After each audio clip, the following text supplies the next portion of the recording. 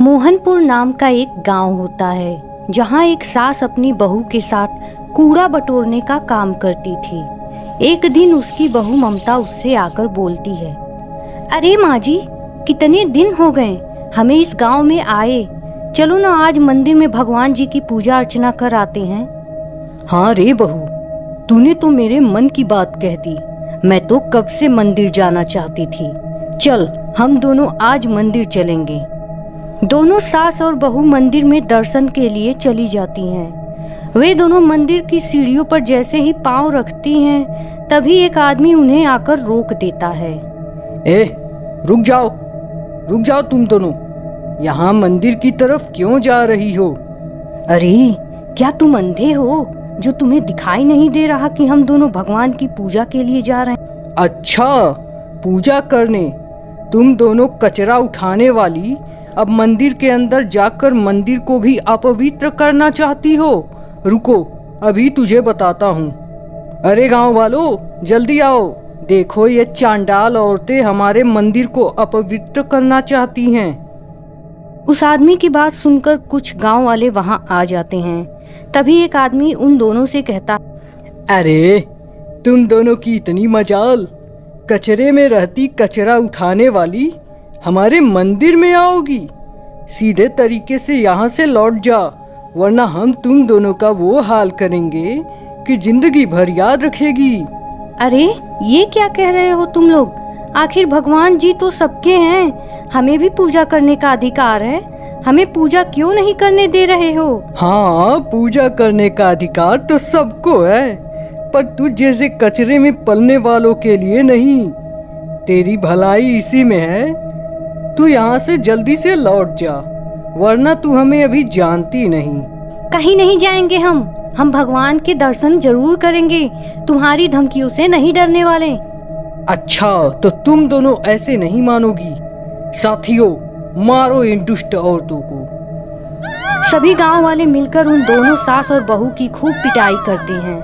दोनों सास और बहू के सर से खून बहने लगता है और वो दोनों बेहोश हो जाती हैं। लगता है ये दोनों मर गईं। ले जाओ इन दोनों को और कचरे वाले तालाब में फेंकाओ। वैसे भी ये दोनों कचरे में ही तो रहती थीं।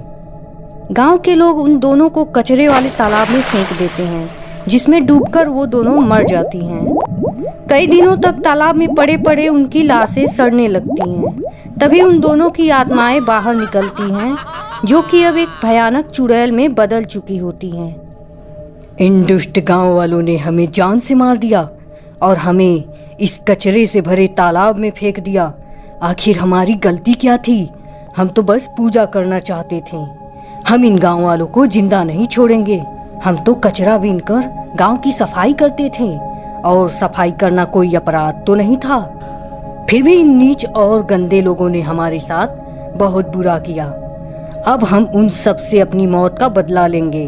वो दोनों चुड़ैल सास और बहू उस तालाब से बाहर निकलकर गांव की ओर चलने लगती हैं। तभी गांव का एक आदमी अपने दोनों हाथ में कचरा लिए हुए सड़क पर आता है और कचरा वहीं फेंककर जैसे ही घर जाने के लिए पीछे पलटता है, तभी दोनों चुड़ैल सास और बहू उसके सामने आ जाती हैं। उन दोनों भयानक चुड़ैलों को देखकर वह आदमी घबरा जाता है। अरे चुड़ैल, कोई बचाओ। तुम सारे गांव वालों को अब मरना होगा। जो भी कचरा फैलाएगा अब जान से मारा जाएगा। अरे कौन हो तुम दोनों, और आखिर हमें क्यों मारना चाहती हो? हमने तुम्हारा क्या बिगाड़ा है? बिगाड़ा तो सभी गांव वालों ने है। लगता है तू मुझे जल्दी भूल गया। तुम लोगों ने ही तो हमें आज इस हाल में पहुंचाया है। अब हमारी बारी है, अब मरने के लिए तैयार हो जा। दोनों चुड़ैल सास और बहू उस आदमी को जान से मार देती हैं और उसकी लाश अपनी बोरी में डाल देती हैं। ऐसे ही कई दिनों तक ये सिलसिला चलता रहता है। गांव का कोई भी आदमी जब सड़क के इधर उधर कचरा डालने आता, चुड़ैल उसे जान से मार देती और उसे बोरी में डालकर चली जाती। एक दिन रामू नाम का एक आदमी उन दोनों चुड़ैलों को ऐसा करते देख लेता है और गांव वालों को उन चुड़ैलों की सारी बातें बताता है। गांव वाले एक तांत्रिक को बुलाते हैं। तांत्रिक अपने तंत्र क्रिया से उन दोनों चुड़ैलों का पता लगा लेता है और गांव वालों से कहता है, तुम गांव वालों ने उन कचरा बटोरने वाली औरतों के साथ बहुत बुरा किया है और अब वो दोनों तुम गांव वालों से अपनी मौत का बदला लेने आई हैं। बाबा जी कुछ भी करो पर हमें उन चुड़ैलों से मुक्ति दिलाओ। मैं तुम्हारी कोई मदद नहीं कर सकता। हर व्यक्ति को भगवान जी की भक्ति करने का अधिकार है।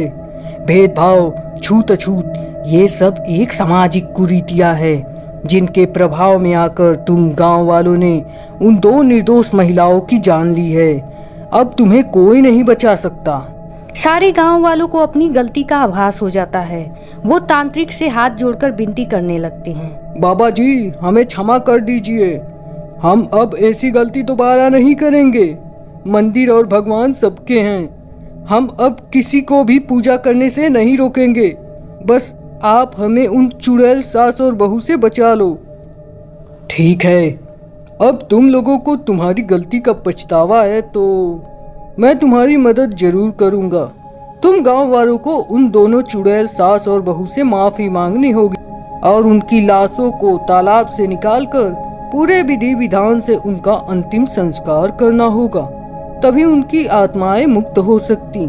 तांत्रिक की बात मानकर सारे गांव वाले ऐसा ही करते हैं और वो दोनों चुड़ैल सास और बहू वहां से हमेशा के लिए मुक्त हो जाते हैं।